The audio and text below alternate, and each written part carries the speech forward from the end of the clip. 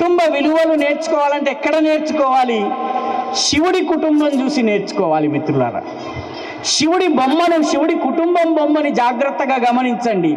శివుడి కుటుంబాన్ని చూసినప్పుడు మీకు శివుడు ఉంటాడు, పార్వతి ఉంటుంది, కుమారస్వామి ఉంటాడు, వినాయకుడు ఉంటాడు. ఒకరికి పొంతనుండదు. శివుడు ఒంటికి భస్మం పూసుకుని ఏనుగు చర్మాన్ని కట్టుకుని శ్మశానాల్లో తిరుగుతూ ఉంటాడు. పార్వతి అమ్మవారు అద్భుతమైనటువంటి దుస్తులు ధరిస్తుంది, సకలాభరణాలు ధరిస్తుంది, తలపైన కిరీటం ఉంటుంది. ఇద్దరికీ పొంతన లేదు, భార్యకి భర్తకి పొంతన లేదు. వాళ్ళిద్దరికే కాదు, వాళ్ళ పిల్లలకి కూడా పొంతన లేదు. వినాయకుడికి పెద్ద పొట్ట, ఈ విరిగిన దంతము. అదే కుమారస్వామి దేవతల సేనాధిపతి కాబట్టి ఆయన అద్భుతమైనటువంటి శరీర సౌష్ఠవంతో ఉంటాడు. అంటే పిల్లల మధ్య కూడా పొంతన లేదు.